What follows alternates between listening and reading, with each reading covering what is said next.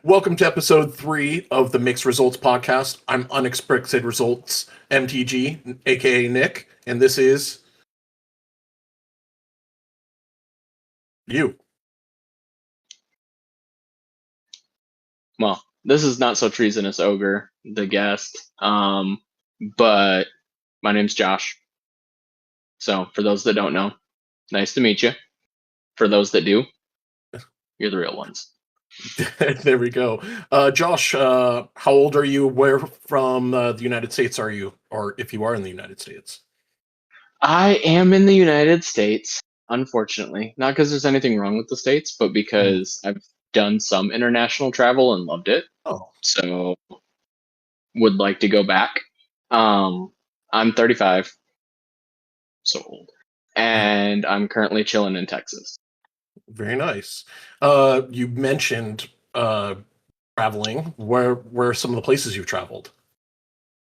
So the main place that I've gone is I did my honeymoon, which I'm married. I have two wonderful kids. I have a son that's 4 and a daughter that's 2. And so on my honeymoon, my wife and I went to Ireland for a little over 2 weeks. And we rented a car and we booked our own bed and breakfasts and we did like a build your own tour Ireland trip. Very And we cool. went from Dublin all the way down the coast up to Galway on the opposite side of the country and then drove back across. Wow. We also spent a little bit of time in London on a layover. Didn't get to see as much as I wanted because it was a very short layover, but then we did a longer layover intentionally. It was like a little over a day in Canada and did Niagara Falls at night, all lit up from the Canadian side. Oh, that's cool. Yeah, that was fun. Farthest I've ever been is New York City. That's it. Hey, the farthest I've ever been is Montana. Hey, Montana or Wyoming? hey, Not very far. not that far. But Josh or Ogre, what was life growing up? How many siblings did you have? What activities did you do when you were a kid? So I grew up like an only child because I'm the youngest by a lot. Um, I haven't met anyone that has had a bigger age gap between themselves and their oldest sibling, which is my older brother's 21 years older than me. Oh, okay. Wow. Yeah. So I have an older brother and I have 2 older sisters, and both of my sisters are 16 years older than me. Wow. They're from my parents' first marriages, so they're not twins. They just happen to both be Same age. 16 years older than me. Mm-hmm. Well, could be easier to the So youngest. yeah, it was mostly I'm the youngest. I And so because I was so much the youngest, it was like I was an only child growing up as a kid. Yep. I think we're both the youngest, right? Yeah, Oh. both the youngest, but I did have 2 older brothers in the household with me growing up, so much different dynamic, I think. I had 7 older members of my family, the siblings, so it was spread apart a lot. And so I had my sister, who was my closest, but still, once they got into or middle school, we both kind of just separated, wanted our own friends and stuff like that. So I get it. The youngsters. Do you have you know, even though it was much a bigger gap now, do you have a active relationship with your brothers and sisters, if you don't mind me asking, even though it's a much bigger gap? I do. It's a little different because Yeah. they are so much older than me. My relationship with my brother and one of my sisters got better as I got older because we were able to operate a little bit more as like peers and Yeah. siblings versus when I was so little. Mhm. It was almost more like they were, impromptu parent number 3 and 4. Yeah. Yep. Can only imagine. One sister I've been close with forever, but I'm originally from Michigan, and Okay. so the sister I'm closest with and my brother still live in Michigan, so Got it. they're a ways away. So you grew up in Michigan? Sort of. My family moved around a fair bit, so I was in Michigan until I was 1, and then my family moved to California, and we lived in California close enough that we could see the fireworks from Disneyland Oh, nice. until I was 6. And then we lived in Texas for like a year and a half. And then we moved back to Michigan. And so from 8 until 18, I was in Michigan. Oh, wow. No. So you moved around quite a bit. Yeah. Right on. Well, outside of, well, we kind of talked about this a little bit before. We didn't want to just interview mainly content creators. You do make a little bit of content. You're a little bit, but you're a huge member of this community. So outside of participating in the TikTok community, what do you do? Outside of TikTok, what do I do? So, I mean, first and foremost, I'm a dad. All of my free time that I can reasonably spend, I spend with my kids. And I say it like that not because it's like insane, but I think that a key part of self-care for anyone is making time for yourself. And so if I didn't set some time aside just to be me, Josh, the person, and not the husband or the dad, then I would get lost in all of the going ons of being a parent with 2 littles. I'm nerdy. I like books, video games, music, movies, anime, obviously Magic the Gathering. I used to play in the consistent D&D game. I've also DM as a DM before. It's actually my favorite, but it takes the most amount of time, It does. and time is something I don't have a ton of right now. Yep. I guess on the more official side, I'm an accountant. Numbers. He's a numbers guy. Numbers. Yeah, actually the boring kind. I'm a legitimate accountant, so but I like it. I actually nerd out about it. So I think Very it's a lot nice. of fun. And it is fairly flexible. So like if my kids are sick, I can carve a few hours out of the day to take them to the doctor Nice. as needed Yeah. and stuff, which is nice. Good. That's important. Yeah. Well, you just talked about D&D and Magic. What got you into that stuff? So I've always been fascinated with myth, legend, fiction, stories, imagination. I mean, as long and as far back as I can remember, I was picking up a stick or something else to make a play sword to then either fight imaginary monsters or with friends, right? Eventually got to a point where I was setting aside some money to go buy PVC pipe from Home Depot and then cut it down with a hacksaw so that I had swords that I could actually hit people with.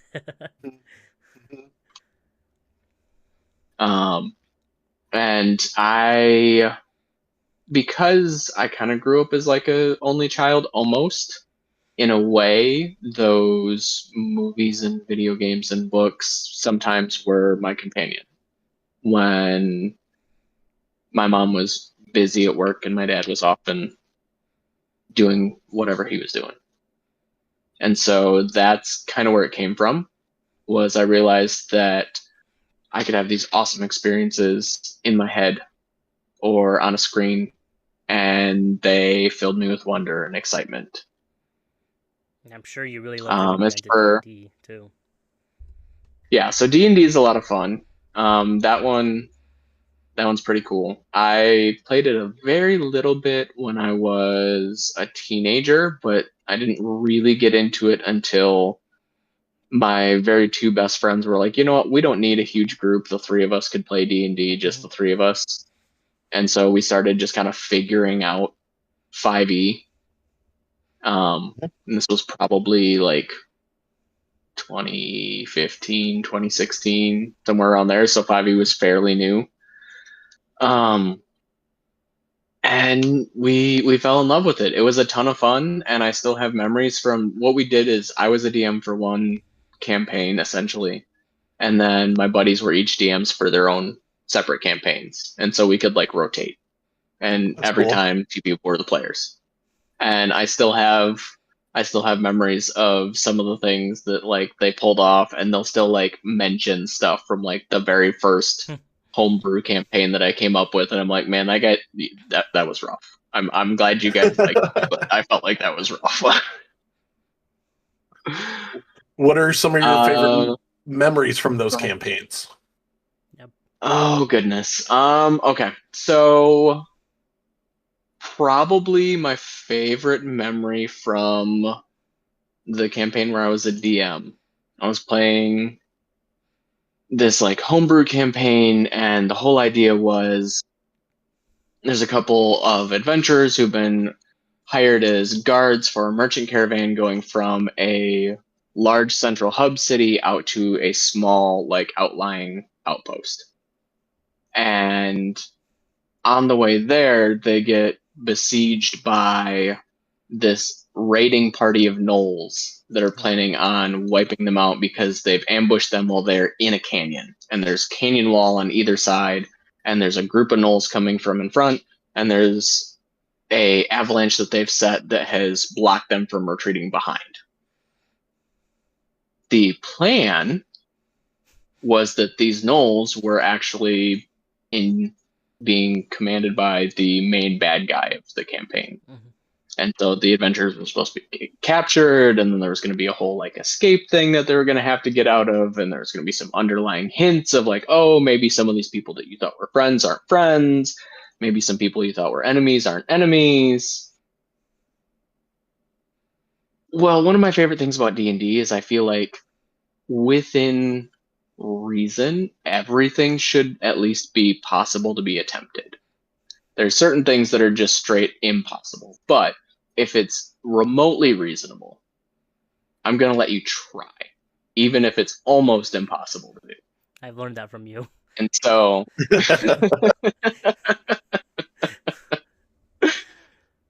so, my buddy was playing a cleric, and he's like, I'm going to upcast Guiding Bolt at the edge of the cliff, and I'm going to try and do the whole avalanche thing that they did to us on them.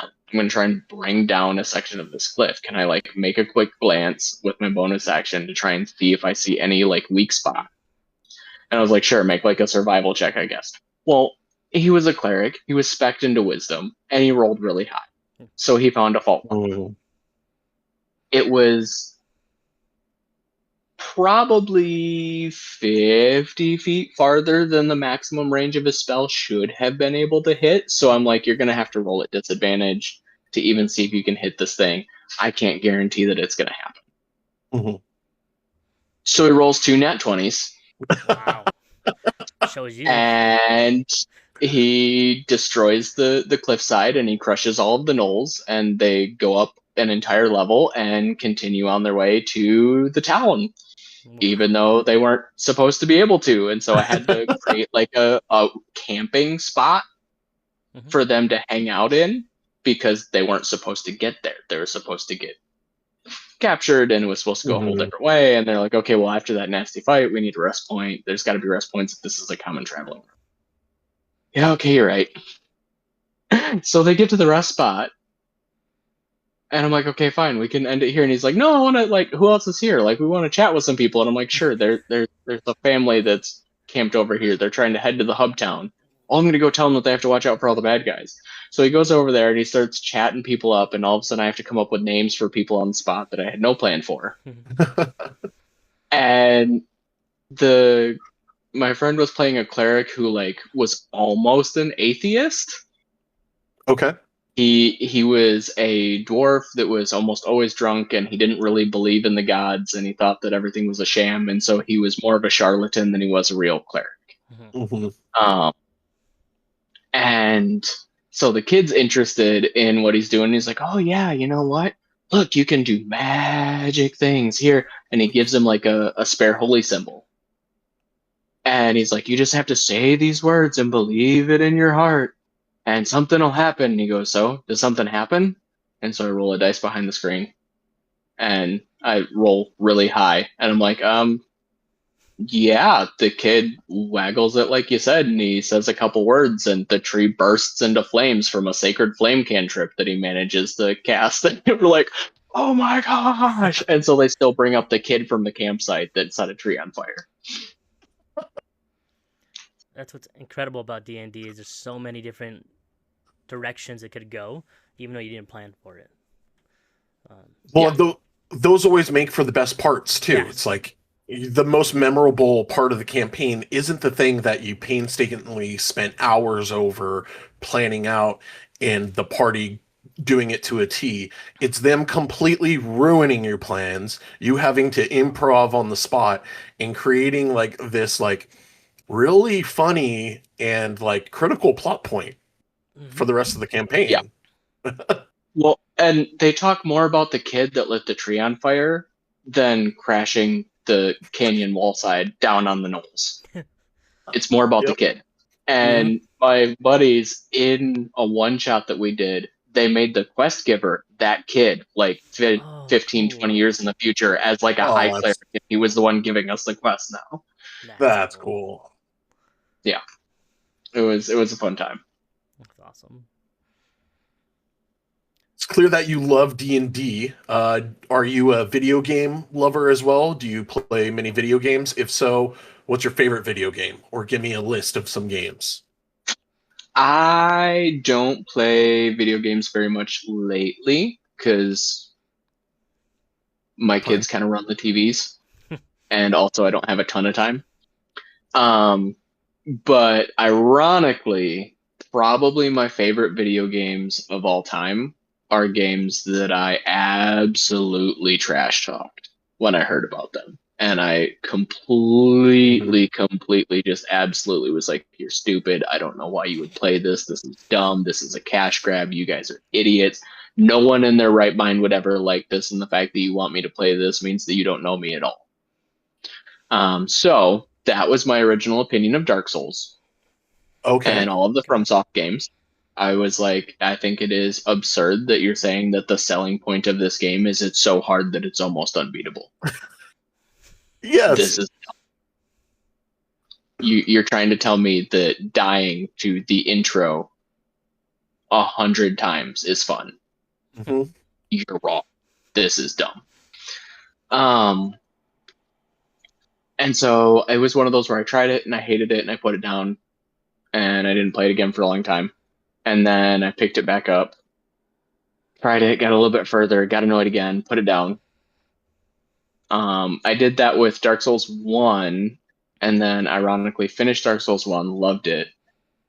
Played Dark Souls 2, liked that one.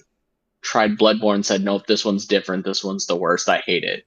And refused to play it for years. And now it's my favorite, and it's the one I platinumed first. Awesome. But the reason why I like those games, and this is going to kind of lead into a different thing that we're going to talk about, but I'm just going to go with it and we can go as we go. Go.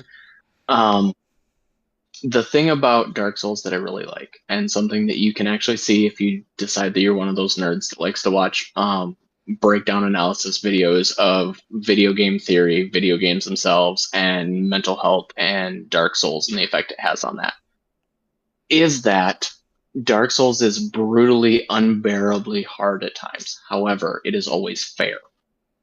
It doesn't cheat. It doesn't cut corners. You operate under the same rules as the rest of the world does. And there's never a point in any of the games where it is impossible to overcome any challenge in the game if you have enough skill. It doesn't matter what your stats are, it doesn't matter what your equipment is, it doesn't matter how big and bad the thing is. You could do a completely unarmored level 1 run in every single game, and you can actually beat the entire game. You just have to be good enough. And what comes from playing a game like that where it is intentionally difficult and there is no way to change the difficulty slider, there is no way to get out of it, there's no way to make it easier, there's no way to do anything except overcome, is you reach a point where either you put the game down and you say, I'm never doing this again, and you walk away, which is okay, or you overcome. And the feeling you get from attaining a victory that has been hard fought but fair leaves you with a rush and a sense of accomplishment that far outstrips the frustration you had before. And it makes me think of probably the best piece of advice I've ever been given. And that is that problems are not a bug when it comes to the game of life. Problems are not a bug, they're a feature. Because if there wasn't a problem, if there was nothing to contend against, there would be no meaning. Like, I mean, think about any video game, any book, any movie, any piece of media or experience that you've had. If there was no challenge, if there was nothing to overcome, if it was merely the moment that I decide that I'm going to start X, it's done, I've won, I get it. Whatever it is. You've now lost the joy of the chase, the high of the win. And I feel like that's very true to the Dark Souls games themselves, which is that the difficulty is not a bug, which is how I looked at it originally. It's a feature. And it's something that I try to take into life as well, which is that things are going to come up. There's going to be annoyances. There's going to be problems. There's going to be issues, right? But they're not a bug. And the thing to think about, the thing to notice, the thing that makes it make sense for me is to an extent, I get to choose the problems that I have, right? I can either have the problem of I'm not advancing at work because I'm not learning enough stuff to do what I need to do to move up. That is a problem I could have.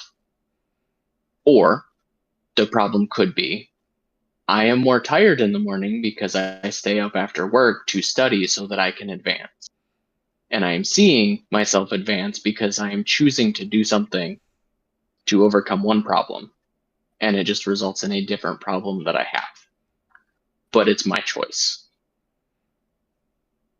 And it's not a bug, it's a feature. I like that. Is there like anything particularly other than, playing Dark Souls, but has kind of, you said it was advice, but where did you get that advice? Was it from someone particular or something you read? So I don't remember now exactly where I heard it phrased exactly like that. That's the version I've come to use. That's Okay. the Ogre version. That's the Ogre Yeah. version. The version that I can remember the furthest back, I guess, would be back when I first started talking to my now wife, which was, oh my goodness, She won't see 15 this. years ago now. She won't see it. But she expressed stress is not a bad thing. You need stress in life to do anything. stress is like friction, right? Without any type of friction, we wouldn't be able to go anywhere because friction is the thing that allows you to move from one place to another. And so that's where like the thinking came from, was like, not all stress is bad stress. You just have to choose to do the things that provide that positive stress, like being excited because you're getting ready to kick off a brand new podcast with your best friend and you want to do something fantastic, right? That's a little bit stressful, but it's exciting, it's energizing, Yeah. it invigorates you. That's a stress that you choose, that's a good thing. Mm-hmm. There are going to be things that are bad stress, and unfortunately that just kind of happens sometimes, but the way that you choose to respond to that is what makes the difference, right? And so that's why I kind of like the version that I use now, which is that problems are a feature, not a bug, because it brings that element of choice into it, right? Because bad things are going to happen on occasion, but how you choose to react to them, how you choose to handle them, and effectively the problems that you choose to have coming out of that, those are your decision points. Those are the things where you're deciding, am I going to turn tail and run? Am I going to face this? Am I going to take a different track? What am I choosing to do from here? When you're kind of in those points of struggle, what do you rely on to help you remind yourself of that advice, or tools you use to get you back on track? Um, so there's a few things, depending on how extreme it gets, right? Depends on whether it's something I can handle by myself or if it's something I need help. Because there's absolutely nothing wrong with help, right? And so the first person I turn to if I am in distress, I'm having problems, I need help, is my wife. And it's because I love my wife. She's beautiful. She's amazing. And I'm 100% attracted to her. I chose my best friend, not the person that was the hottest, right? I chose the person that, even if I went blind, would be the one I want by my side.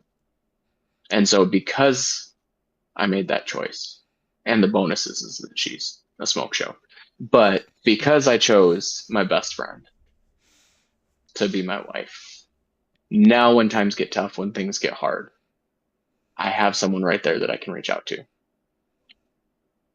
However, there was a time in my life when things got too intense, they got too hard, they were too tough, and so I did go through a year of therapy to work on myself and just understand my own triggers, problems, and things that I needed to do.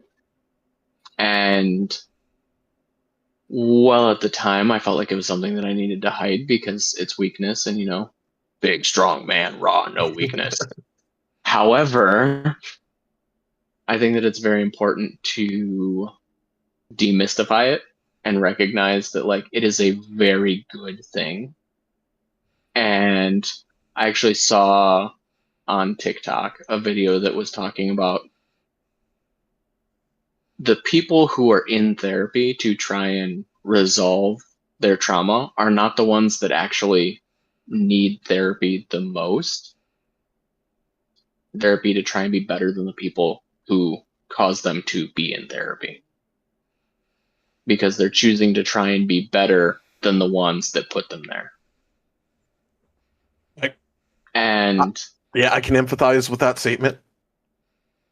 and so when I think about it from that standpoint, I think about it a lot like any other type of self-improvement, which is that almost always when you are beginning to decide that you're going to make a change that should be something that is positive and helpful to your life, it normally starts with at least some amount of shame because you're like, this is something that I feel like is wrong and I need to fix.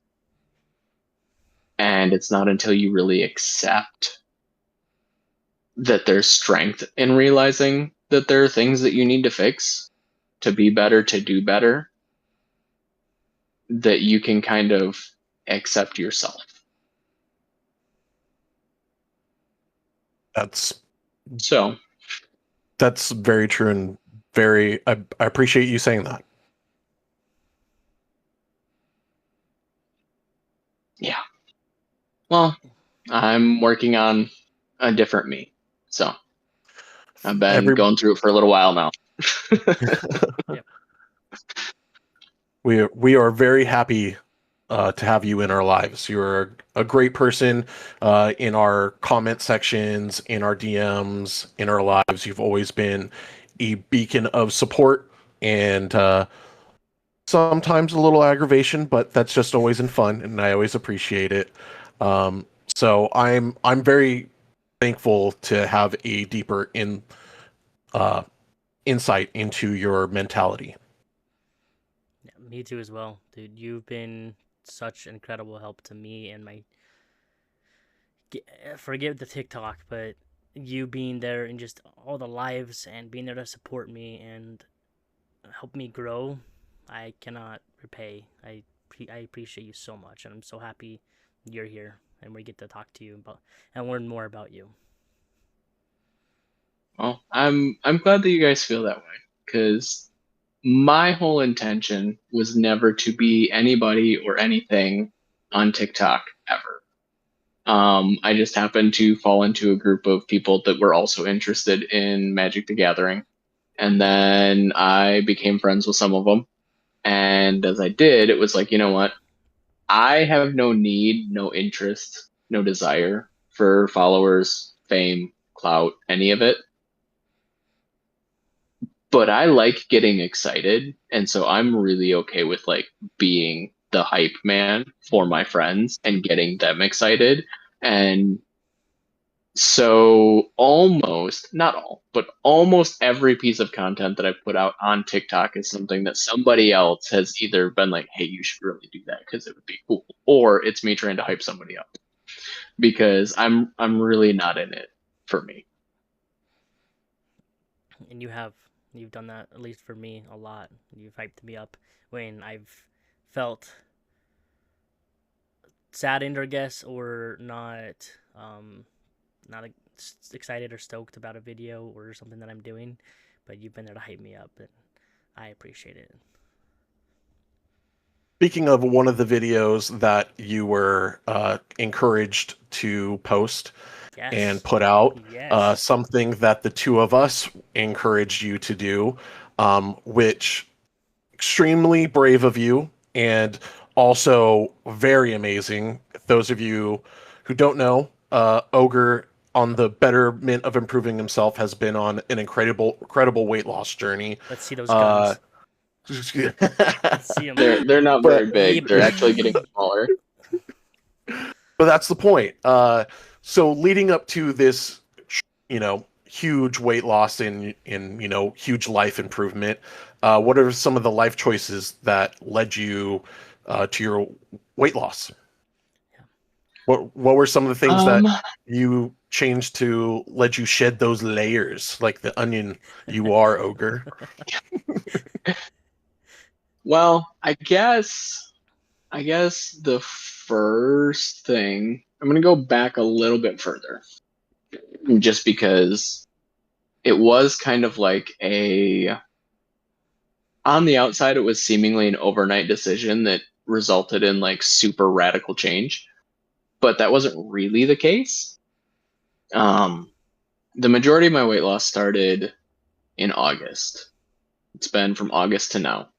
And I'm like right at about 100 pounds down now Amazing. is where I'm at. Um, I almost made a joke earlier when you're like, you're a big member of the community. I was gonna be like, man, I've been trying not to be, Oh but no. I was like, no, I'll wait. I'll wait. He's trying to be sincere right now. Oh, I love Um, that. but this part's sad. If somebody doesn't want to hear sad, now's the time to bounce for a few minutes. Um,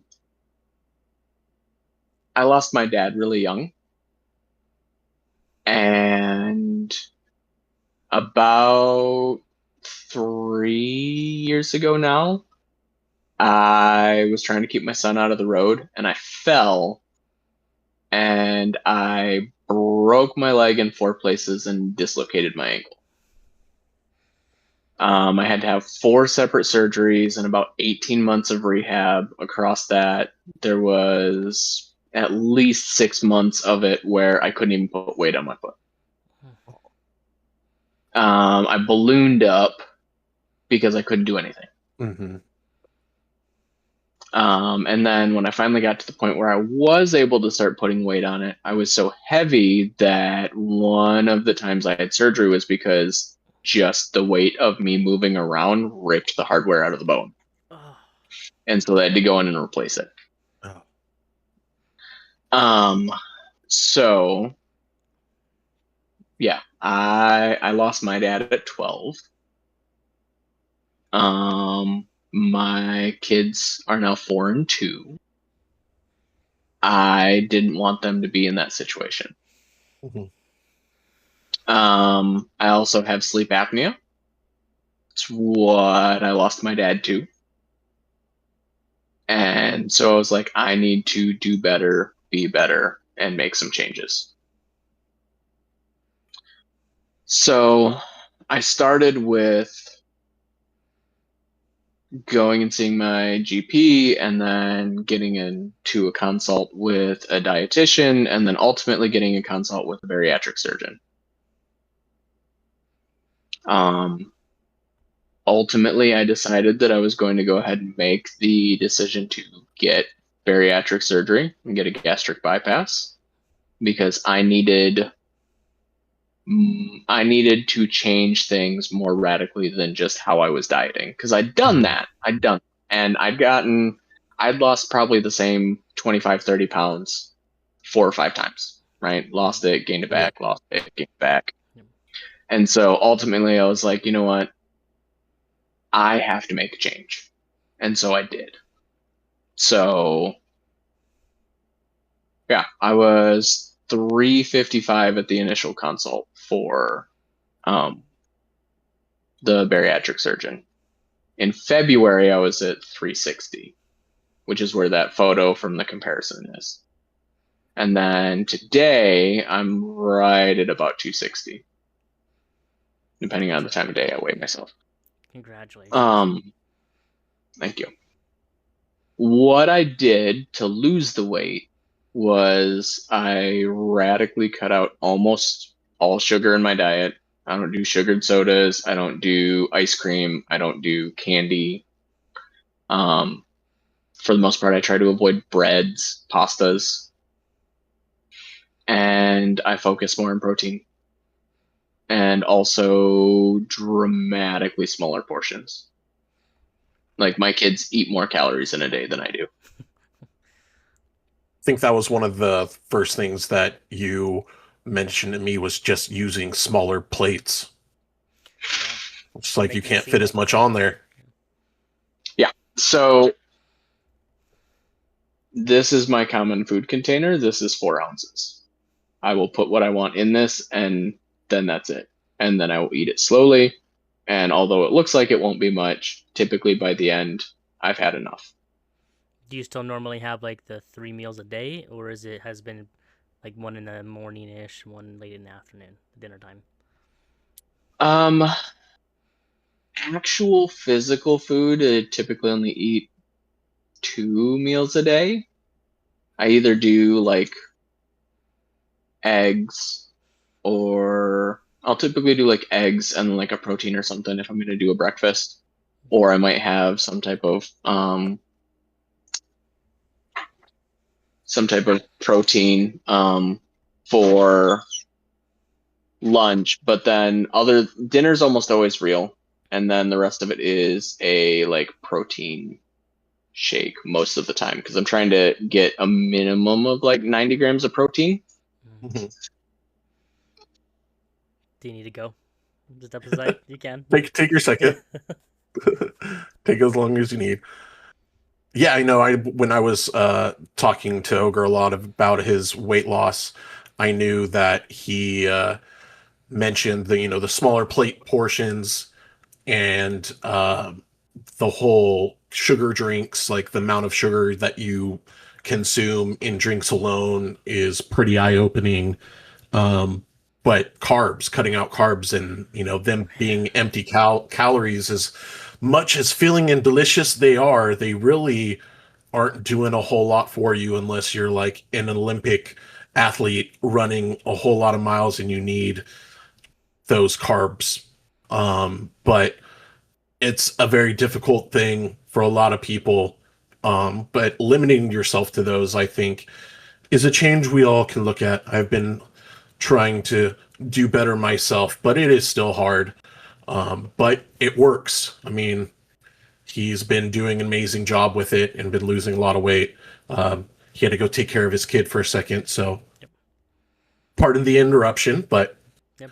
um, I get it, dude. I tried keto, and that's Yep. where you cut out all carbs. There's different varieties of or keto. Like you can go hardcore where you're literally counting calories and all that stuff, or I forgot what it was called, but it was a more laid back keto where I wasn't watching my portions. I wasn't watching necessarily my what I was. I wasn't. I was just not eating any carbs in general. mhm, No carbs, and so a lot of it was all meats. It sounded like what he was doing, all protein, and stuff like that, and it was really good, and it was fun doing it. But it's keto, especially keto, is not a long term thing. At least not for me.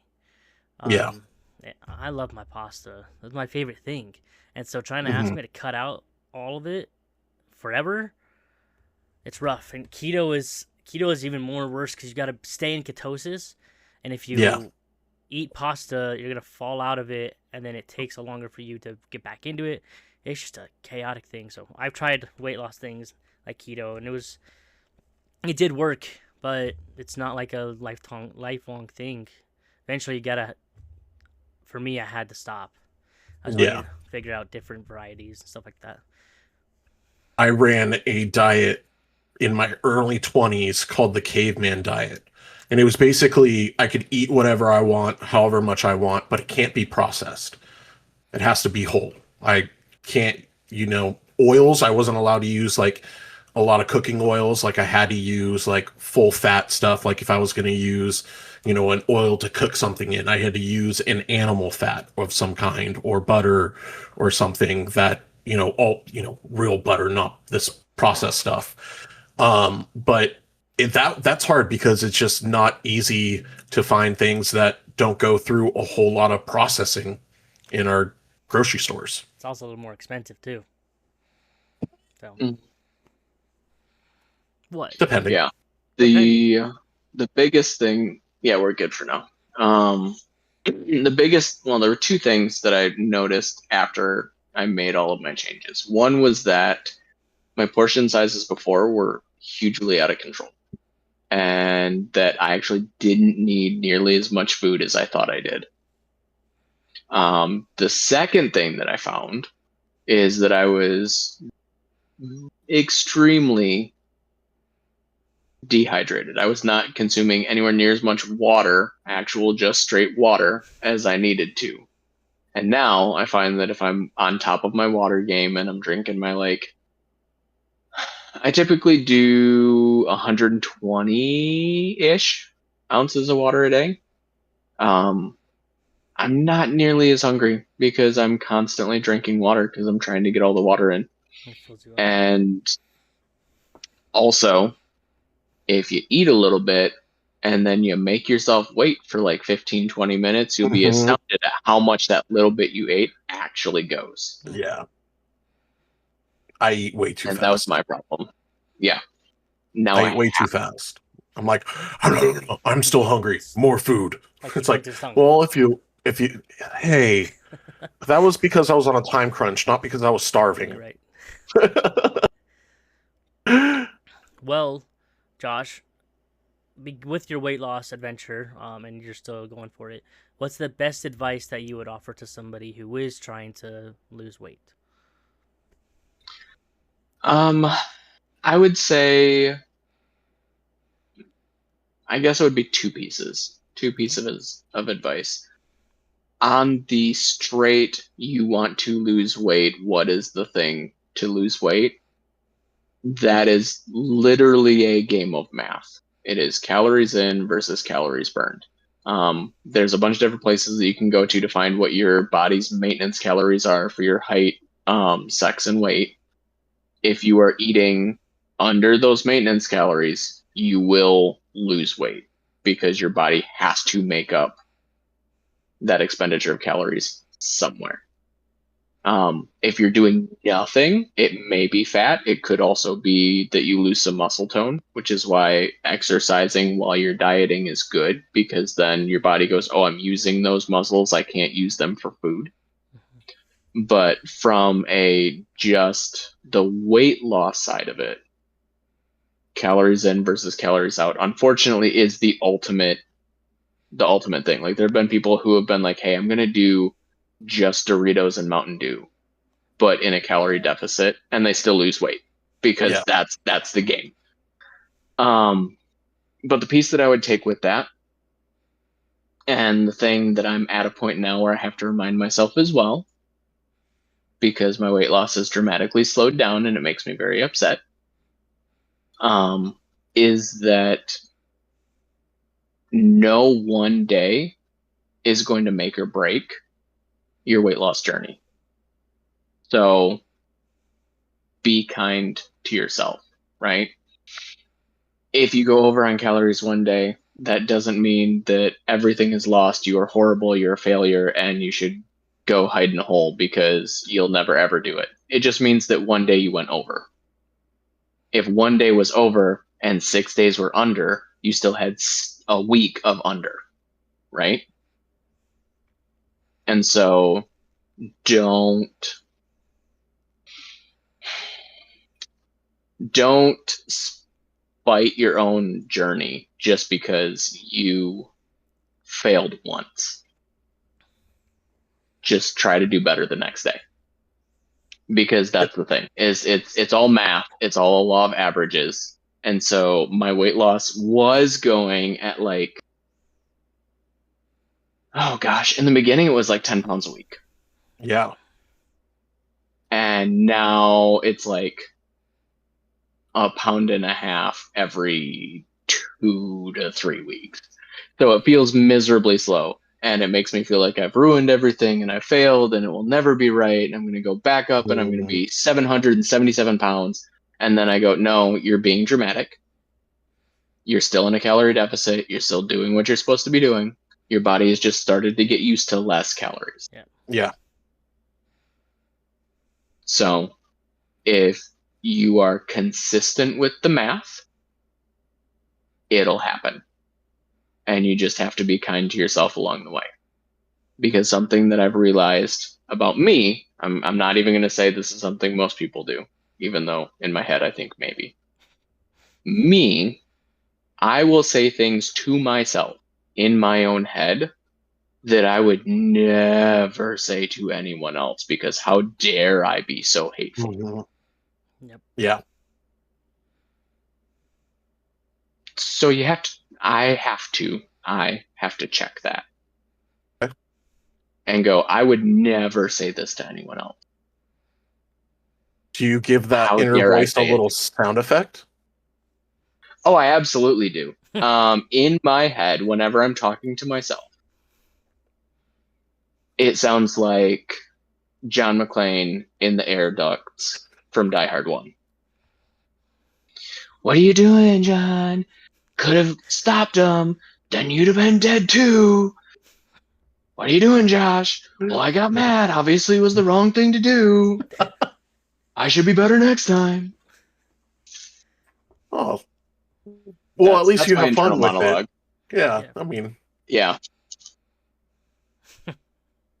It sounds like, it's, throughout your journey, there are ups and downs, but it also seems like it's taught you a little bit of patience with yourself and taken to your, maybe to the other parts of your life. But, a lot of what you're saying in regards to the mentality about it and, not being discouraged by a bad day, but, taking the next day and being better, I think is advice that people can take to all aspects of their life and not just weight loss. So, working on one small part of your life can make you have a hugely different outlook on the rest of life.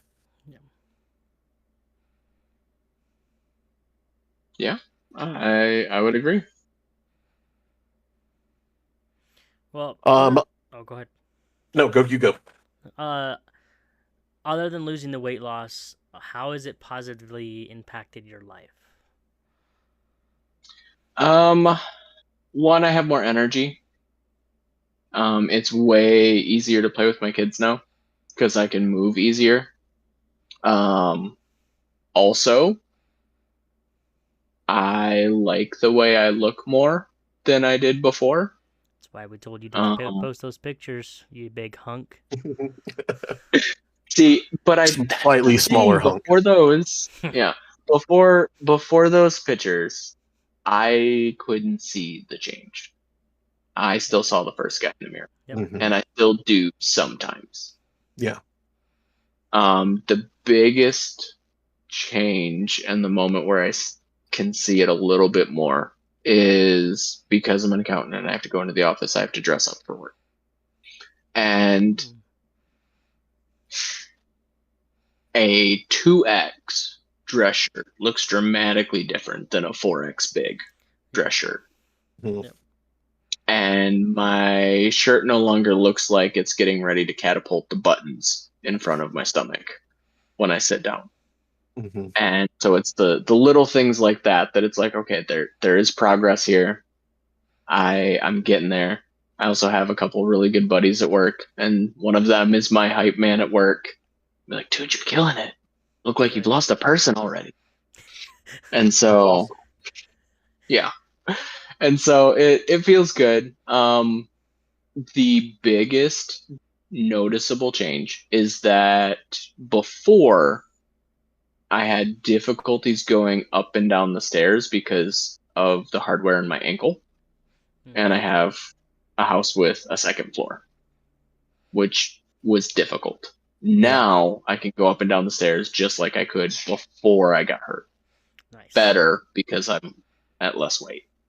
At this point, I could carry both of my kids up the stairs, and it would still be lighter than I used to be. Do you weigh less right now than you originally did before your surgery? Yeah. Do you remember how much you weighed before then? So I had the surgery in August, and I was 355 in August. Right. I think he meant So... before you broke your leg and really ballooned up. Oh, yeah. Okay. That, yeah. So I don't remember exactly what I weighed before I ballooned up, but I do know that I now weigh less than I did Then. when I met my wife. Okay. Wow.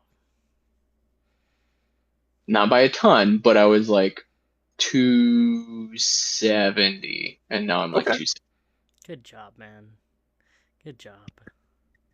Yeah. We're getting there. We're getting there. I can almost kind of sort of maybe convince myself that some of these little bulges on my stomach might be abs in hiding. We're getting there. Hey, there's nothing but pure chiseled marble underneath. Exactly. I'm It's telling you. preserving itself around its casing. It stores secret powers that needs to be contained because the world's not ready for it yet. Exactly. Definite possibility. Speaking of maybe high fantasy things, what movie or game universe would you live in, and why? I think if I was going to live in a movie or a universe, at this point, I would probably choose something a little bit more boring. Back in the day, I might have chosen something like, a Zelda or a Skyrim or something like that, where there's adventure and there's, a little bit more intensity. Now that I have kids, I don't want anything quite so extreme. So I would probably go with Pokemon because Pokemon are awesome. Mhm. And there is more of the world of Pokemon that is safe than is not. And so you would get some of that fantasy and some of that whimsy, and you'd have really cool pets that could do all kinds of crazy things. But also, my family would be relatively safe. So that would probably be my pick. I don't know what episode it was, but it was very early on. I think it was like 2 or 3 where Ash is running through the lightning storm, getting just attacked by a bunch of Spearows. I don't know, man. That seems pretty scarring and He pretty did start that's it. He did start it. If you wanna check my that's Pokemon true. knowledge, That's okay, true. he dragged Pikachu out there after sleeping in, missing all of the Pokemon, getting stuck with the rat that Professor Oak Hmm. found that refused to go in a Pokeball. And when Pikachu refused to do anything, Ash decided it would be a good idea to throw a rock at a baby, which then made the rest of the family mad. Yeah, that's And I'm true. not gonna lie, if you rolled out there with some funky looking rat on a leash and you hit my kid in the head with a rock, me and my crew would come after you whether it was storming or not. I love that. I love that. Because I actually was into Pokemon before I was into Magic the Gathering. Really? Oh, I think we all were. Wow. I mean, me and you are similar ages. Mix is much younger than us, so he didn't truly grow up with Pokemon like we did. I remember playing Pokemon with my friends, yes, and then it was a good and bad thing. I had a tub of like Pokemon cards, and my sister and I thought it'd be fun to go swimming. So we filled the tubs up with water and went swimming in them. And there were also family pictures and stuff like that. So my mom got really upset. So we don't really have pictures of our child as much than we should. Oh my goodness, that's so sad. Yeah, and to think about too how much those cards would have been worth now. I don't exactly remember what was there, but yeah, it was sad day. Well, my sad story is that my dad and I collected Pokemon cards when they first came out, and so I had a master set of the original 151, including a shadowless holographic first edition Charizard that disappeared before I moved from Michigan. And that was the last card that we got to complete our master set. So on my 30th, Yes. Yeah. I got a Charizard tattoo as a fond memory of me and my dad. That's awesome. That's amazing. I just gave mine away. I gave my Pokemon cards away to my cousin along with my original Magic collection. And I have no idea what happened to those cards. Oh, that's painful. I just came home from like school one day in high school and my mom's like, "Hey, can I give your cousin Reed your Pokemon cards?" And I was like, "Yeah, sure, whatever." Mistake. I didn't have a master set, but I had pretty close to original 151, and I had a lot of the Jungle to the Team Rocket series stuff, like ton of that. Ton of that. Okay, well, speaking of Pokemon and Magic, if you don't know, everybody who's watching and don't know much about Josh and his Magic, he loves one card, one commander, all he cares about, really. He's okay with other cards too, but there's one that he really loves. Tell us about it. Yeah. So there's this really cool card, and its name is Nadu, Winged Wisdom. No, so my favorite card that I play now is I play Zada Hedron Grinder, which many people know because it's pretty much the only deck I talk about, and I never shut up about it. But I did actually play Nadu first. I was playing Nadu until it got banned. And it was around the time that we were pretty positive Nadu was gonna get banned that I started seriously looking into Zada. And the reason why I like Zada so much is because I I truly love the Commander format Mhm. because of some of the core ideas and things to me that make it unique and special from other formats. And among those is the idea that the deck is built and based on the commander or the general of your army, and that the rest of the deck has to fall in line, be in theme with, and in some way matter to the commander because it is reliant upon that piece. And so for me, what that means is I don't like 5-color good stuff piles or 4-color good stuff piles. I don't like commander Turbo agnostic Grixis. decks. Yeah, Grixis can be much the same because they don't really need a commander. They just need the cards in their 99. Mhm. It's one of my biggest complaints about the unmatched partner mechanic. Just the like generic partners, so Rograk, Thrasios, Timna, because I feel like they lead you to build just 100 piles of good cards Hmm. instead of a deck that is built around its commander. Mhm. Agree. And so that's part of it.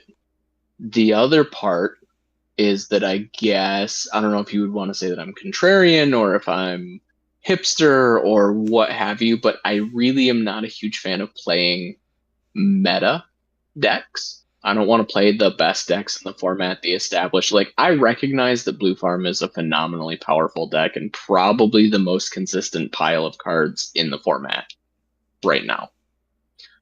But I don't like it.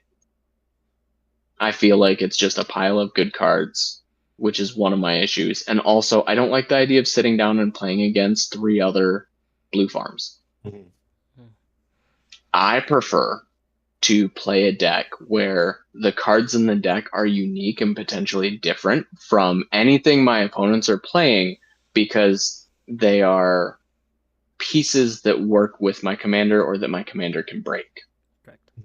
It's why for a while I was playing Yuriko because she plays what I lovingly call bad cards. I like bad card decks. Yes.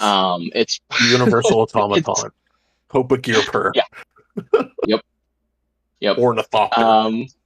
Yes. Shadow of Mortality because it's Yep. a 15 mana bomb that does nothing, but it's 15 mana. And it's 15 damage across the board to everybody. Exactly. So I played Yuriko for a while because I liked it and it played bad cards. I liked Nadu because it scratched the landfall itch that I liked, but also played objectively bad cards. He Mhm. just broke them in ways that were ridiculous. Mhm. And that's why I ended up falling in love with Zada, is because the deck plays objectively terrible cards.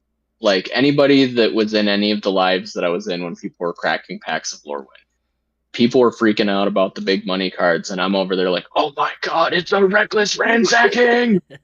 Gosh, I need that coming so bad! Do you understand? It's 2 mana, it creates a treasure, and it pumps them for 3/2 across my board. Or You know inflate it. It's how much value that means in Zada? exactly. I'm like an uncommon for 1 red that says draw a card, trample, and pump. Like, I'm too excited right now. I'm sorry, let me walk away from the phone. I'm too excited. And everybody else is like, dude, it's like a 30-cent uncommon that's not going to see play. And I'm like, no, you don't understand. You're going to lose to this card. Mhm. And I'm gonna so I laugh think at that's you, what I Nadu. love. Yeah, it's going to be great. I think that's what I love about Zada is it plays bad cards. And it relies on the commander very heavily.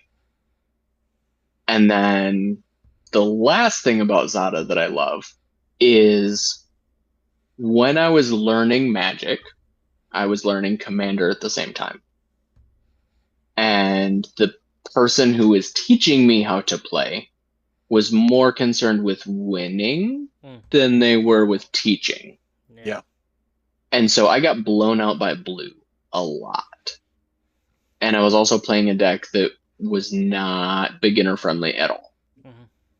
Mhm. My origin story into Commanders, I was given a constructed by my friend Mimeoplasm Reanimator deck to learn Magic and Commander. I didn't know what I was doing. I didn't Yeah. understand the concept of I'm going to cast Traumatize on myself to mill half of my library. And he was playing Teamer Defense of the Heart Kiki combos. Okay. Yeah. So I didn't understand how it worked, and I got really frustrated with all of the times that I was being told no, and I was being stopped, and I was being interrupted, and I couldn't do anything. And it took me a long time to figure it out because at first I'm like, I just want to do battle cruiser magic, and I didn't understand the stack. And I'm like, let me play big thing, swing in, do big damage, go raw. This is fun. This is what I want to do. Then there were rules. Yeah, there's rules and there's unique interactions and there's things that like you don't understand at first, and if it's not explained in a way that has some care behind it, it can feel like they're cheating. Yep. Yeah. Right? So like I distinctly remember one time where I was playing Commander with my friend and another guy that, well, the friend that gave me a deck and another friend. And we were playing Commander at my kitchen table in my house. And I was playing Mimeoplasm, and I had created a Mimeo soup that said that I had protection from non-green spells. Okay. And then I got blown out by an overloaded Cyclonic Rift because it doesn't target. And so it gets around the fact that I have protection. And so I stood up, argued for a bit when the other friend was like, online says that he's right, I guess. I was like, this is stupid. You're stupid. This is dumb. This deck sucks. I tipped over the chair and I literally just like walked into my room and slammed the door and just stayed there and like let them figure it out. just left two people chilling in my house because I was mad. Yep. So I was very frustrated and I didn't understand.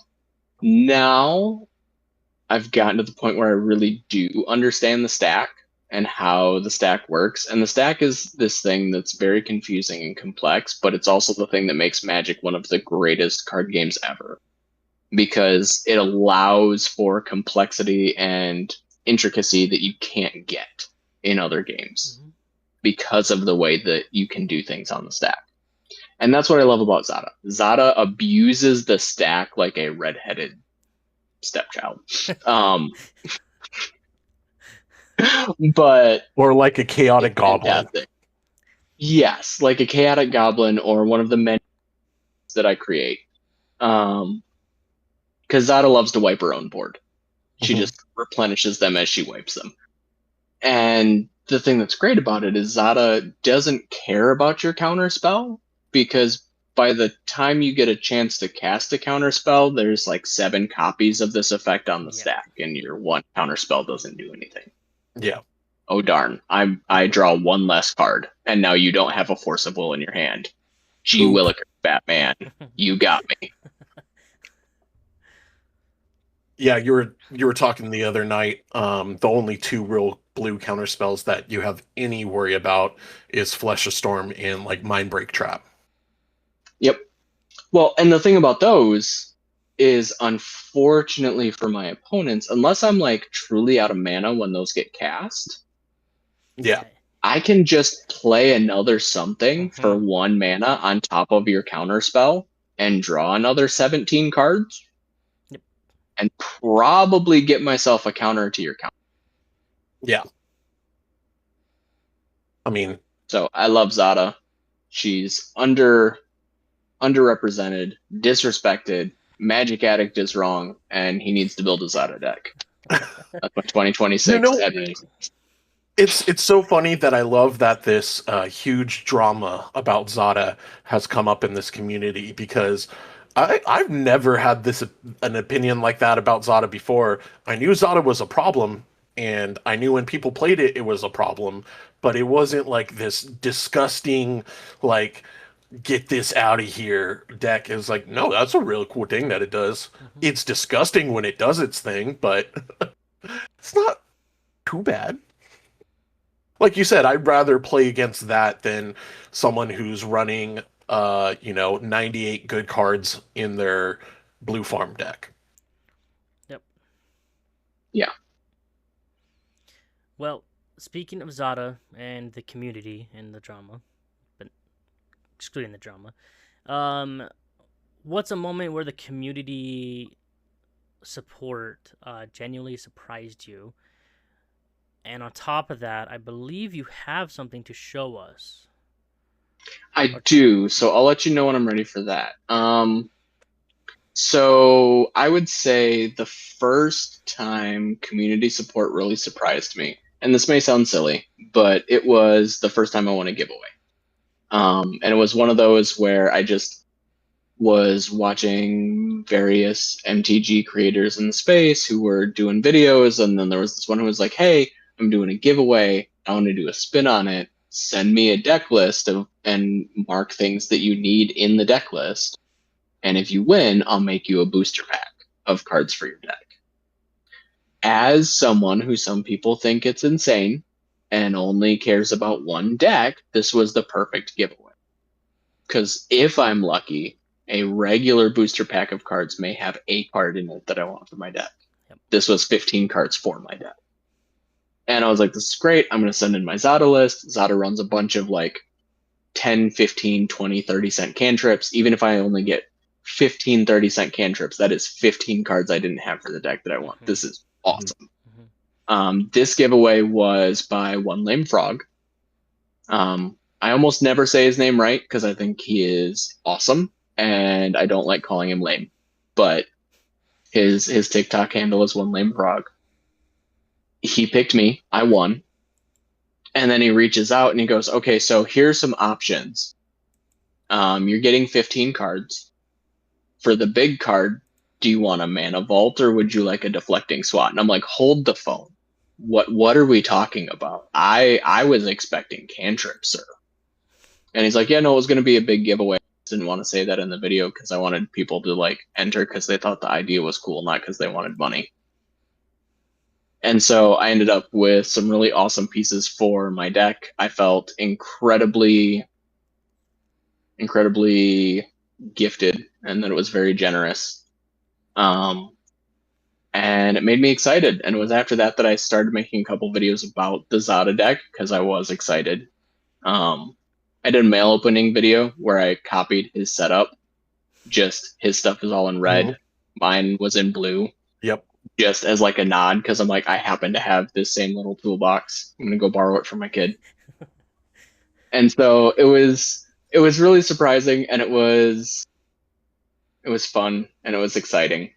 And then from then it was like, man, with how exciting this was, I'm just gonna like start hyping people up. And so I started hopping into other people's stuff and hyping them up. And I happened to catch Not a Professional's very first live ever. And he was doing some just painting altars on some basic lands, and he was just kind of hanging out, and we were chatting.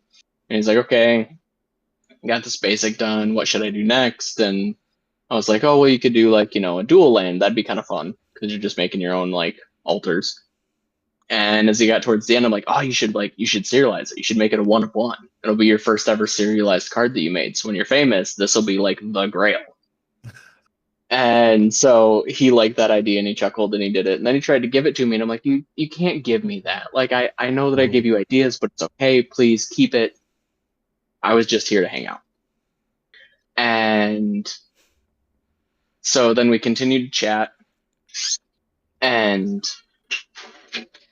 what ended up coming from it was he's like, "Well, I want to make you a card. Like, you were here for my first live. You hung out. You hyped me up. This was fun. What can I do?"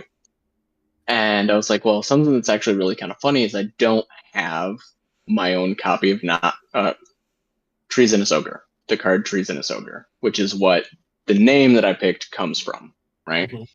I wanted something that was a little bit silly, and it's like, I'm not really that treasonous, right? I'm not so treasonous, but yeah, not You so love the treasonous. card. How it came up. Yes. And so I mentioned that I didn't have one, and he's like, oh, fix that. And so then the other day he sent me an image and he's like, hey, what's your address? I'm going to send this to you in the mail.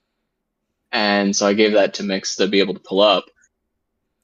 So not a professional did the acetone trick with a card and made a not so treasonous ogre with my goober that was drawn by Mythic Red.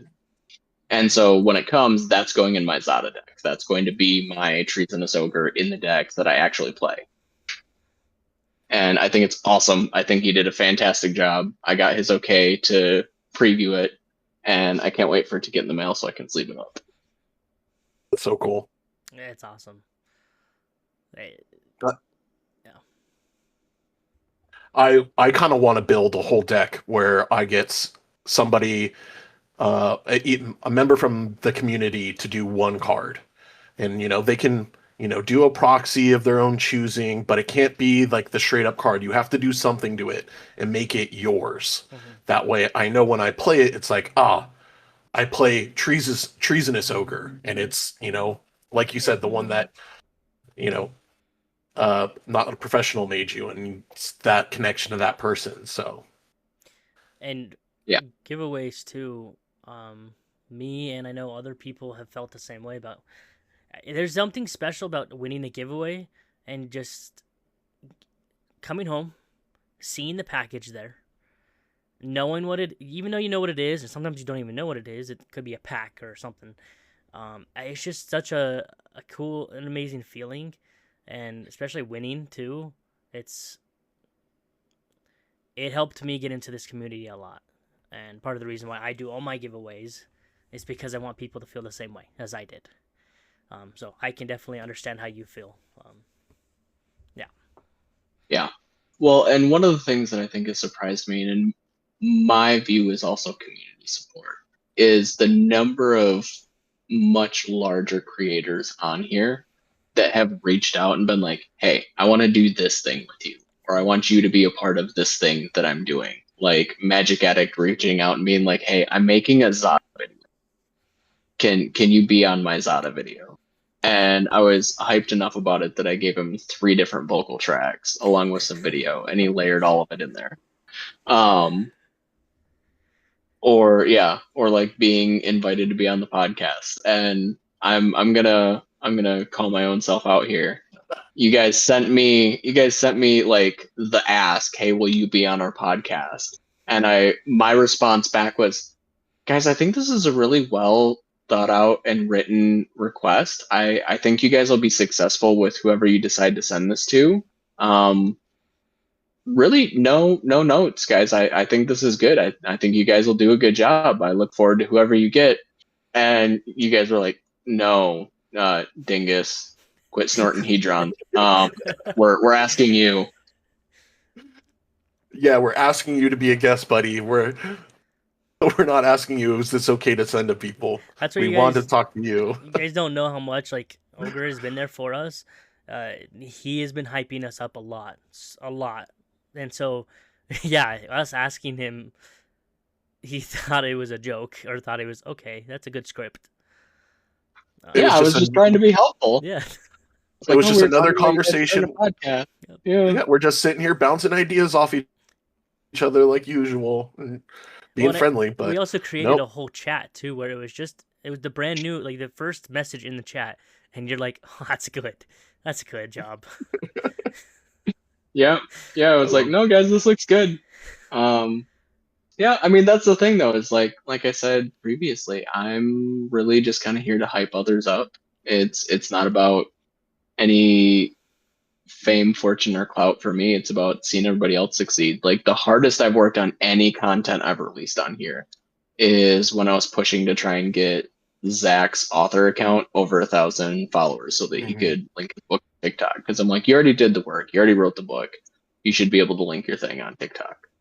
Yeah. And so like I created an audio track based on snippets of the book, and then I like pulled image files from different people that had done reviews on his book and like put it all together and added transitions and spent like an hour and a half making a like minute long video, but all because I just wanted to hype him up.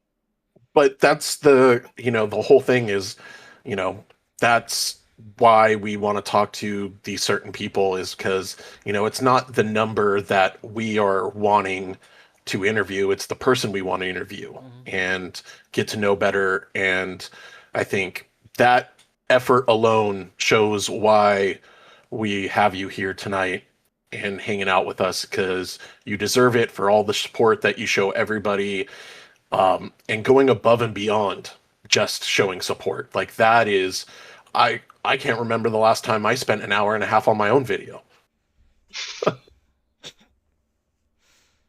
It's probably videos than me. I can't do an hour and a half on a video. I think that's where, you're going back to the Dark Souls thing. And it's like, man, if I'm spending an hour and a half on a video, apparently it's too hard for me to make and I'm just not good at it and I just need to give up. But no, it's not a bug. It's a feature. That's right. What are some things, I know you're not a content creator, and you're not putting yourself out, but in your interaction with the community, what is something that you wish more people asked, but never do, or what is something like you're really interested in that not a lot of people may not know about? Okay, so I mean, obviously, I love Zada, but also I'm very big on playing at bracket 5, playing CEDH, playing at those highest power levels. And it's not because I like to pub stomp. If anything, I feel like once you hit true bracket 5 play, it's where you get the most even playing field you can get when sitting down with even randoms, right? Because you're all under the agreement that coming to the table with the most powerful thing that you can do. And if it's not as powerful as everybody else's stuff, that's because they built better decks. But you're not upset. They just built something cooler, better, faster, stronger. All of that to say, I think that everybody should at least dip their toes into trying to play at that power level. Not even to like, I'm not saying go out, buy the cards and build the deck, because those get monstrously expensive. But make an entire proxy deck, right? Like go to your staples. If you don't have a printer, print out 12 sheets of paper to slip in front of some lands and try it with other people that are also playing at that level. Because one thing that you find after playing CEDH or bracket 5 is you learn, one, more about the stack, but two, about how to optimize your mana curve and your play patterns to be as efficient with your resources as you can. And I feel like it makes you a better player at any bracket, just understanding the game a little bit more. And so I do think that's something that I wish more people would try. And as far as something that I like people like to ask about me, is there's another person on here that wanted to build something at a higher power level. They're like, I've not done this before. Can you give me some tips? Can you give me some pointers? Can you help me out? And I was so excited to help them build this out that by the end of it, I'd made like 4 different drafts of this deck as they came back with different feedback to ultimately get it to where they wanted. But I enjoy brewing almost as much as I do playing. And so even though you know me as the guy that just plays mono red, my card collection would tell you otherwise. I have lots of cards. I've played lots of different decks. I've played lots of different kinds of things. Now it's mono red Spellslinger. it used to be hard stacks. There was a period of time where it was mono green stompy. I've played landfall shenanigans as well. Mhm. Many different tribal decks. I played lots of different stuff. I like brewing, so like when people go live to do like a live deck brew and like get advice and suggestions and stuff, those are so fun. I like hanging Yeah. out. I like chatting. I like giving ideas and suggestions. Even if you don't take them all, it's still fun. Mhm. And I feel like it gets to the gathering side of Magic the Gathering when you're hanging out and you're collectively brewing. And like some of my favorite decks that I've played with friends are ones where me and my friends sat down around a table and we've got all of our bulk in front of us and they're helping me build some random jank deck out of everyone's bulk Yep. just for the fun of it. I mean, I can't agree. When agree more. Yeah, you hop into my lives a lot when I'm doing, deck building. I've been doing it a little bit more often with the 32 deck challenge thing that I'm doing. But it's so much fun just sitting there giving each other feedbacks and, different opinions on cards and, cards that we don't know. I mean, there's so many cards in this game that, it's hard to remember all of them and all the different interactions with other cards. So it's always fun sitting in a live and bouncing those ideas off each other. Yeah, most definitely. If you were, speaking of Magic, to teach anybody, one celebrity, alive or not, who would you love to meet and who would you love to teach how to play Magic?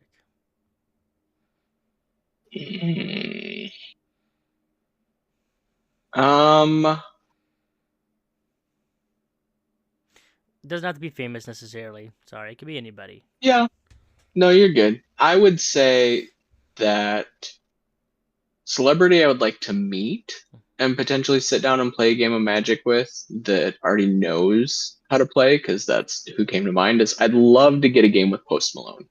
Yeah. He seems like such a genuine, kind soul, and I think it would be so fun. Also, he likes to play up at the spicier levels, and so I could get a game in, and he probably would think Zada's hilarious and awesome because he likes things that are different and goofy.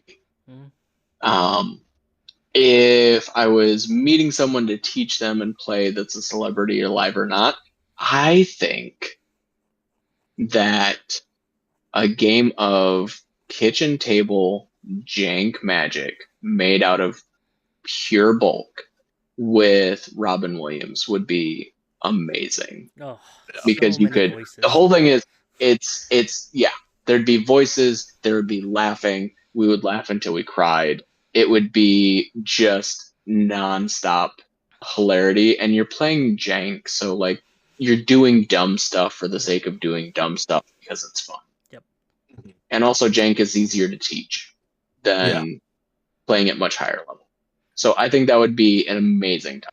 So if I had to teach somebody and play, that's what I would do. If I'm going to just sit down and play with somebody that's already around, I would play with Post. I could see Robin Williams doing that too, just playing because it's funny. Not actually playing for the win of the game, just because it's funny. Messing around. Yep. He plays Grand turn one. Hello. Yeah, exactly. And this Doubtfire comes out. Exactly. It was a drive-by fruiting. I have a follow-up question. Does your wife know how to play Magic? Have you taught her or tried to teach her? I tried to teach her. She is absolutely smart enough to play Magic. She just doesn't care to. Okay. She's very arts and craft like, and so she would much rather make some incredible piece of artwork or craft or something like that than sit down and play Magic the Gathering. She'll play board games. She'll beat the brakes off me and like Ticket to Ride, but she doesn't really want to play Magic. Okay. It's understandable.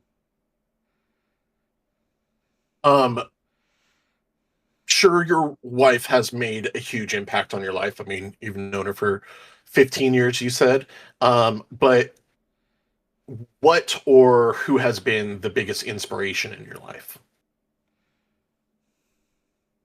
Um,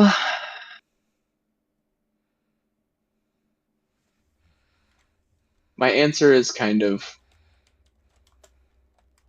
I find my answer cringy, but it's my true answer, so it's what I'm going to give you. Um, in his own way, I would say that it's the absence of my dad, because with him being gone when I was 12, um, around then is when a lot of tough life stuff starts happening. Yeah. Change, feelings change, bodies change, hormones change, views, goals, opinions, um, determining factors of self-worth, success. A lot of that stuff is shaped around then, right? Like as you go from adolescent into prepubescent and teen. Yeah. And so because of his absence, I was forced to decide myself who I wanted to be and who I wanted to become, because I didn't have someone to look up to. Yeah. I had to figure it out. And it was in that absence and the forcing of making my own decisions that really impacted who I am now and who I've been. And there was a certain amount of acceptance of self that came with the fact that I am exactly who I chose to become because I didn't have anyone to model after.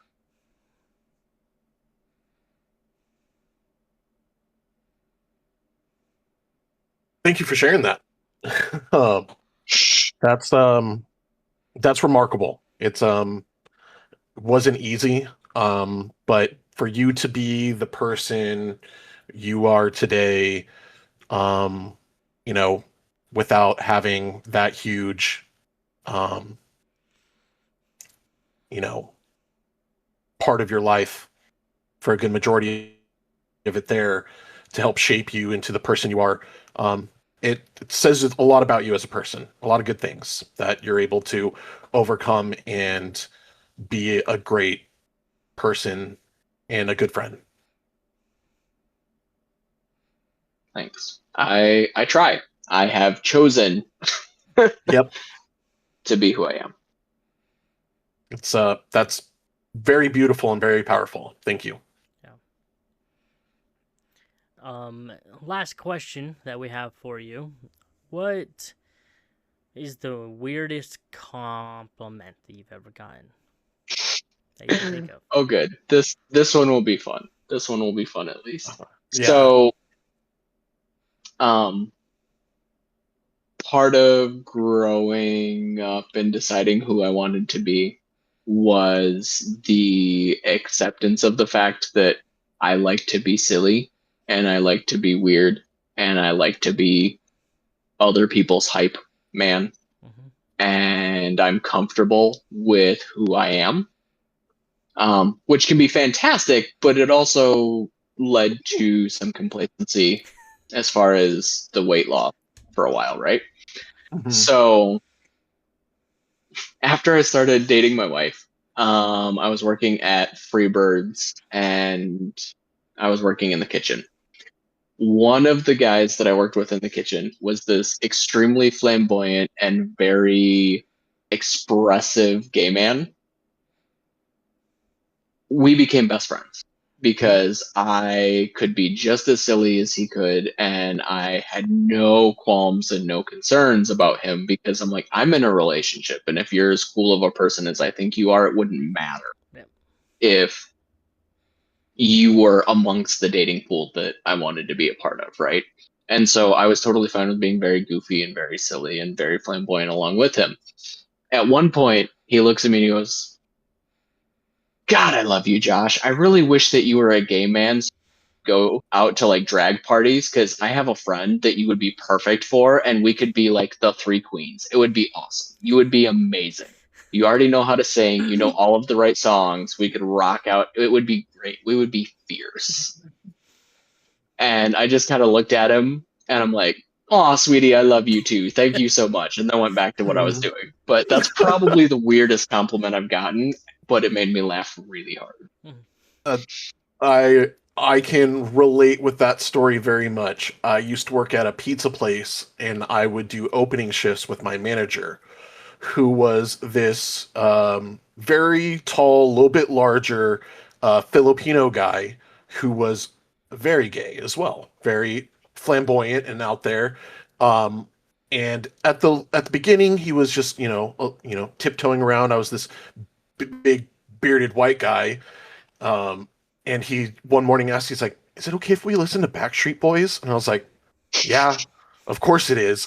And and we're jamming out to Backstreet Boys and NSYNC all morning. And the next day I come in and he's listening to Disney movie songs, right? And he's like, "Oh, I'm sorry, I'll change it." I was like, "Let it go, let it go," and just start singing with him. And it's like, no, I'm like you said, I'm comfortable with who I am, and I want to have as much enjoyment as possible, and you're enjoying the hell out of this. Let me join you. Yeah, it was a lot of fun. I have lots of fond memories from Freebirds, but my favorite was meeting my wife. Yeah. That's awesome. So did you meet her working there, or was it like? Yeah. Okay. I worked in the kitchen and she worked up front rolling burritos. Before they got Tinder, we had Freebirds. Yep. That's how you really meet your wife, guys. Get off the dating apps. Go work at a Mexican food restaurant, and flirt with the burrito roller. Exactly. That's true love right there. Well, Uh, oh, go ahead. no, you're good. That concludes all of our questions that we have to ask. Now we're going to hand it off to the chat. If you guys have any questions that you would like to ask that we can relate to Ogre or Josh, please comment and message it in the chat. Any questions you got? And while we're waiting for questions, is there any questions you have for us, Josh, that you want to ask?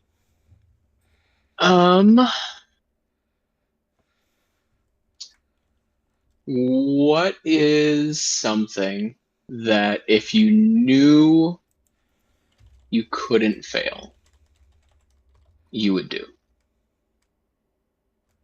If you knew you couldn't fail, what's something you would try?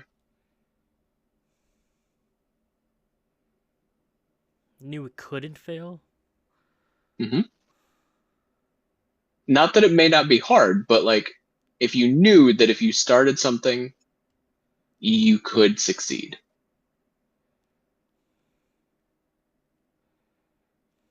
What would it be? And succeed in what sense? Because I think I have an answer, but like I would want to have a functional business with my brother that would allow me to provide for both me and my family and him and his.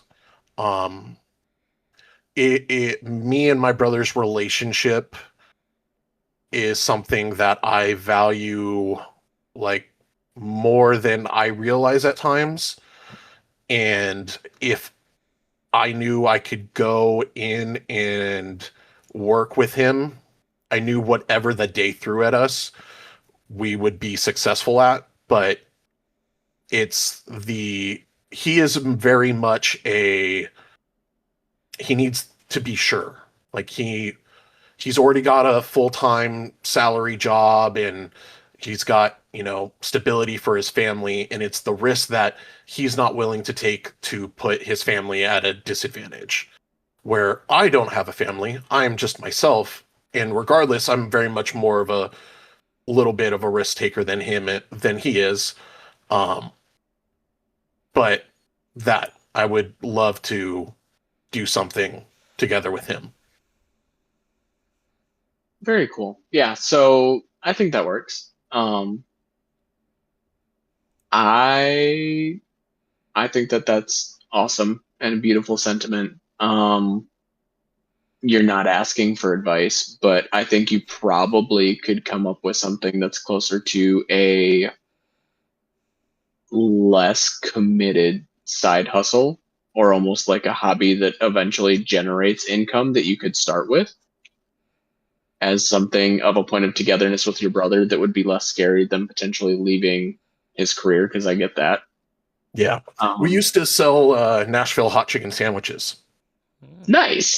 We nice. would do pop-ups and sell them through our IG and other book with your picture on it, if you know what I'm saying. Um, but we would do just like give everybody 24 hours notice and say, hey, we've got this many sandwiches that we'll be making, put your orders in. And it was a lot of fun. But then he met his wife and her Changed. kids, and now he's a full-time dad. Well, not full-time dad. He's full-time uh, worker, but also full-time father and husband. So it's a lot less time to do those fun things. But we Very still cool. love cooking with each other, and I've told him that I want to do some more cooking videos and expand my content and stuff like that. I showed him my first, food video that I did recently, and he really enjoyed that. And I was like, well, I'd like to do these things with you. So anytime you want to go get some food and I can film it, I'd be happy. Very cool. I think that's awesome. That's What awesome. What about you, about you, Max? Kevin? Uh, Honestly, going to college. I think I crapped the bed in. I have my diploma. I did graduate from high school, but I wasted a lot of time in school, not learning as much as I should, not dedicating myself to learning. Which, granted, we all know, like, when we're in school, we don't really want to be there. But now that I'm an adult and now that I have a better idea of what I'm doing, I think I would like to go to college, and actually do better than I did in high school and not in middle school. So Yeah. yeah, Well, I think that if you chose to do it now, you would do better because now you have buy-in that you may not have had before. yeah, I personally, as an accountant, want to be a certified public accountant. That is a monster of a test. It is not easy. I started studying for it when I was in college. I didn't get through it. I had a lot of excuses for why I didn't. And now, when I have less time and less energy, now I'm doing it. And I've already taken 2 sections and I'm continuing to work on it because it matters and I've decided that I'm going to do it. Because again, problems are not a bug, they're a feature. mm-hmm. And so the problem I chose is to be a little bit more tired so that at the end of the day, I know I gave it my best. And Kevin, if it makes you feel any better, I spent 6 years at a community college because I didn't want to go to school. So out of high school, I spent 6 years going to community college because I didn't want to go to community college, but I needed to graduate. Yeah. So So I believe in you both. You can do it. You guys are awesome. You have the ability and the capacity. It's all about the drive. If you guys think you can or you think you can't, you're right. well, I really like the way that you put it's in a way something that I always try to remind myself, but I really like the phrasing that you put. Uh, it's not a bug, it's a feature. Yep. So that's something that I'm gonna try to reuse and remind myself going forward, in a much simpler way. So I appreciate that. Okay, we do have a couple questions now. start with Lonnie Hicks. He asked you, what made you start making content? It was friends in the community. So I had a TikTok account for a long time where it was literally just me watching random funny stuff. It wasn't even Magic the Gathering content. The way that I ended up in the current community that I'm in, I think actually started not on TikTok, but on YouTube. And it was with Mana and Mayhem, because Mana and Mayhem was doing a Zada deck build and giveaway. And he's like, you can enter this on TikTok. And so I ended up following him on TikTok because I'm like, if I won the Zada deck, that would be cool because I need a bunch of the cards in there for my Zada deck. This would be awesome. And also, Zada's just hype. And from there, I ended up connecting up with a bunch of other members of the community.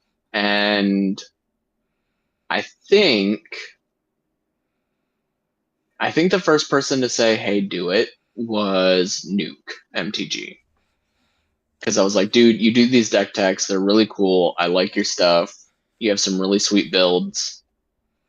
And I like the way that you do your stuff. And he's like, well, what do you play? Like, are you interested in them because what you play? And I'm like, well, no, I actually play Zod. And it's like my favorite deck. And he's like, well, nobody's doing videos on Zada. You could do some videos on Zada. And so I made a video or two, and then I got some feedback, and I got a little bit better. And then I made a couple other videos, and I got a little bit better. And then I made a couple more. And by that point, enough people knew me as the Zada person that I ended up getting into like fake chat drama with Addict about Zada, which was a lot of fun. It was one of those where like he and I are messaging on the side and we're like, man, this was a great video. This was fun. And in the comments, it's like, Addict, you're an idiot. You don't know what you're talking about. You're to teach you what's up. Or he's like, I hate everybody that plays Zada. And then he's like messaging me on the side, total love, dude. I'm so excited for our collab later type thing. And so it was really just people in the community that seemed to be like excited and interested. And they're like, it seems like even if it's just something goofy like a deck tech, you maybe have something to say, right? Mm-hmm. And so I made a couple Zada videos, and then I did a video for one of mixed raffle giveaways where I played with some voices a little bit and a little bit more video editing. Because again, I do more effort on everybody else's stuff than I do on my own. I got super hyped with a bunch of Torches, like songs that he made for videos that he did for stuff. And then I was like, oh man, maybe I could do something like that to try and hype up Zach. Because I'm just, as a kid, I always thought that being an author would be like the coolest job ever. As an adult, I realized that it's actually kind of like a really brutal one because you do all of the work up front and it's all of the discipline ahead of time. And then you just have to hope and pray that you get lucky, that like the right people see it so that it takes off and it becomes something. And so when he's like, yeah, I'm trying to get to 1,000, but I'm not there yet, and I haven't been able to thing. And he had a couple stories where like his follower count went closer, and then it went further away, and then it went closer a little bit, and it went even further away. I'm like, oh my gosh, I feel for you so bad.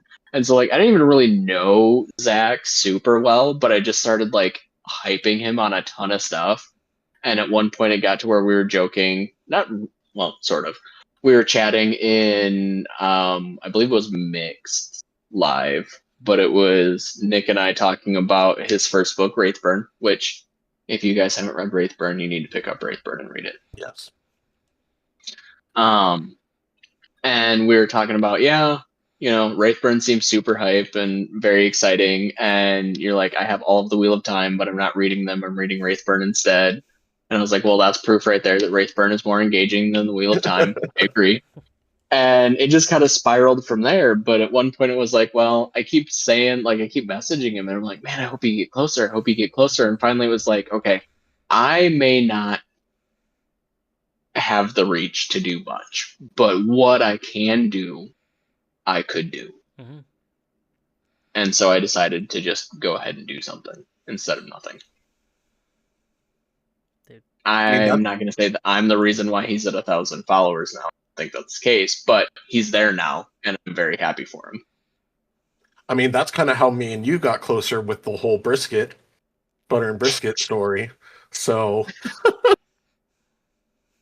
but yeah, dude, your interaction with the community. I mean, I know you don't quote unquote consider yourself a content creator, but I hope you realize how valued you are across this community, across the content creators, even, some of the more big wigs, like you said, you've been involved, you've been interacting from the get-go for a lot of us. So, you're much more than a creator and a commenter in the comment section.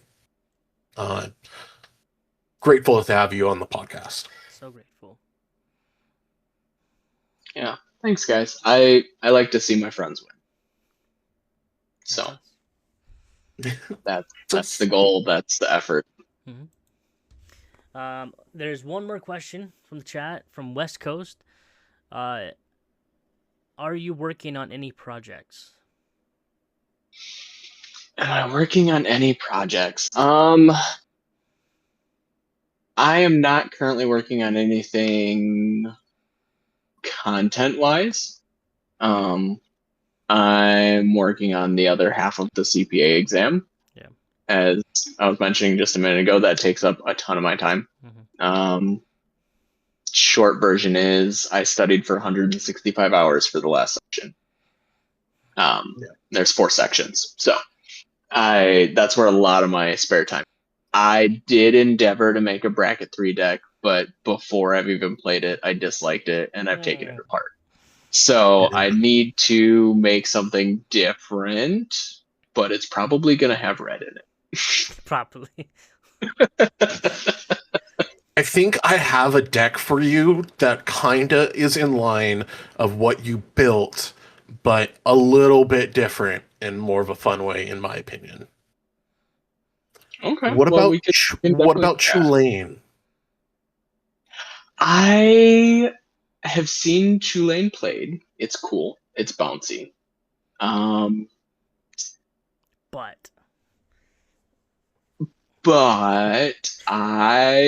here's my problem. here's my problem. Outside of bracket 5, I feel like the finishing power for blue specifically, and also white, is nowhere near as potent as something like red and black, or even just a straight green, because you're not supposed to combo. Yeah. Now, if we're playing towards bracket 5, I will make an Azorius deck. I have a goofy one that would be more bracket 4 than bracket 5. No, nobody said Azorius. It's going to be an Isochron. It's going to be an Isochron Scepter, Guafa Hazid. I'm going to bribe you to death deck, where I literally make everyone draw to death. Nobody said to play Azorius. Kidding. Because that's the other thing. If I'm not playing in red and I'm playing at a lower power level, all of my stacks pieces are speaking to me. They're like, you should play Stasis. You should play Tanglefire. No. You should aim for a turn 1 Grand Arbiter. We want the Trinisphere. We want the Dampening Sphere. Play the Root Maze. Stop taking away my value. And so because of that, I'm trying not to do that, because I'm like, it's bracket 3-ish. It should be fun. It shouldn't be like oppressive, which is why I lean more towards something in red, because I can still close out a game in red or green a little bit better without a combo than I can in blue or white. You can do it in black as well, but I feel like blue specifically lends itself to combo wins. And if I'm not comboing and I'm playing blue, I'm just going to play all of the counter spells. And I feel like that's not fun either. You can play all the mill cards. Yeah. Nobody I likes Mill, could, apparently. Nobody. but then I would just be milling myself. Yeah. I play Which my is hope. a historical win. I play my hope deck, and the minute that I've milled like 5 cards of everybody's, even though they have, over 90 left in their deck, I'm the worst person in the world. Did you mill me to death? Yes, you did. Technically, I why. didn't. Technically, I was eliminated from the game before you drew out your deck. You purposely tried to almost mill me to death to my last card, and ended up dying because of it. Well, you were trying to kill me, and I just needed to. I needed to try. You're right. I told you it wasn't enough, and Right. I'll do my best, guys. Do my best, Paul. Okay. I think that is it for all the questions. And we've gone a long time, which is great. Thank you so much. Well, I'll first say thank you guys for everybody in the live. Thank you for joining and hanging out with us. Thank you for watching us interview Ogre and being here while we learned so much about him. Josh, now. Too much. No. This ogre has lots of layers, and we love every single layer of him. Yep. Even if he continues to shed those layers. Yep. Yeah. But else? Josh, thank you again. Guys, everybody in the podcast, thank you guys. We will be doing another live next week, so be on the lookout Monday for the announcement. But every Thursday, 7 p.m. MST, right here on Mixed channel. And also, we will be putting up the full podcast recorded on other sites. So if you guys want access to the full recordings, please shoot one of us a DM and we'll point you in the right direction. Yeah. Thank you guys so much for being here. Ogre/Josh, you mean a lot to us, and thank you so much for being here, and we greatly appreciate you. It was fun. It was fun. Sorry I talked too much. No, No, don't be sorry. Don't be sorry. It was great. Yeah. But we're gonna end it. So thank you guys so much. We'll see you guys next time. Bye.